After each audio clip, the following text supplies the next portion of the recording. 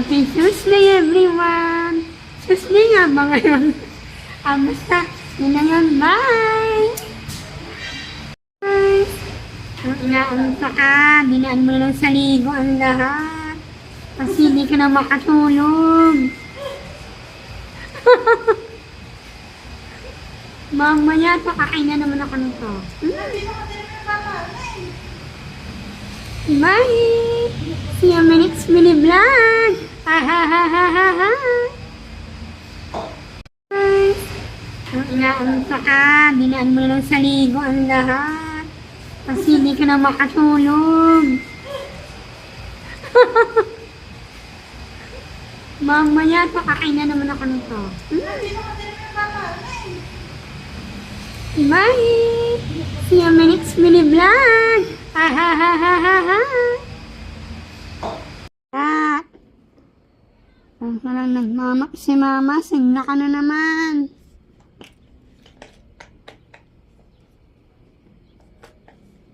Ayan, map muna tayo ng sahig. Linis time. Maaga po tayo nag-salamian. Para makapaglinis naman ng bahay. Pinat, huwag mo pauli-uli. Ang makat ng paa mo. Ayan. Ito po nga nakasalukuyang bahay natin. Medyo messy. Ako nga po ay naglilinis. So, ayan. I-flex ko na po itong ating bagong na-purchase na literal na sofa bed. Ayan. Ito po ay sofa bed. Ito po ay ayan. Nabili po natin sa Shimamura with discounted price. Salamat po, madam. Talaga, malagyan pagbibigay sa akin ng discount. Ayan. So, ayan. Ayan po ay binili ko po para sa kwarto ng aking bunso. Si Young Man. At atin na po ulit.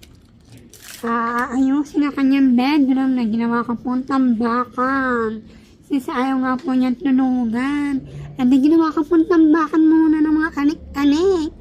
So, ayan. Kaya, sabi ni Habi, linisin ko daw muna bago ipasok yan. Hindi po muna ipinadiretso ni Habi sa mga nag-deliver. Ito po sofa bed para sa bedroom ni Bebe na ating siyang man. Linisin ko na po muna ng ayos. Ayan. At muli inaarap ko na po siya nililinis. Kaya damihan po ng tambak.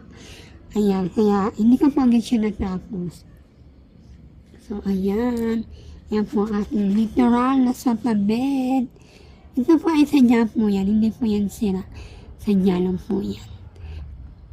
Para pagka po magpapalit ng cover. Pero pa, I think meron po siyang zipper.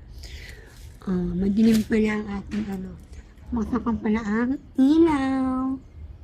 So, ayan. Ayan na po yung ating sofa bed. Ito po ay, yan. Yan. Medyo mabigat yung foam. May kabigatan. Ayan po yung itsura niya. Ayan. Ito po ay hinihila. Wait na. Ito po ay hinihila. Para po mag-adjust. Naku, hindi ko gawang mahila. Sa pet, hindi akong aray. May pigat-pigat din nga pala. So, ayan. Mamaya ka na po yan sa inyo ng ayos.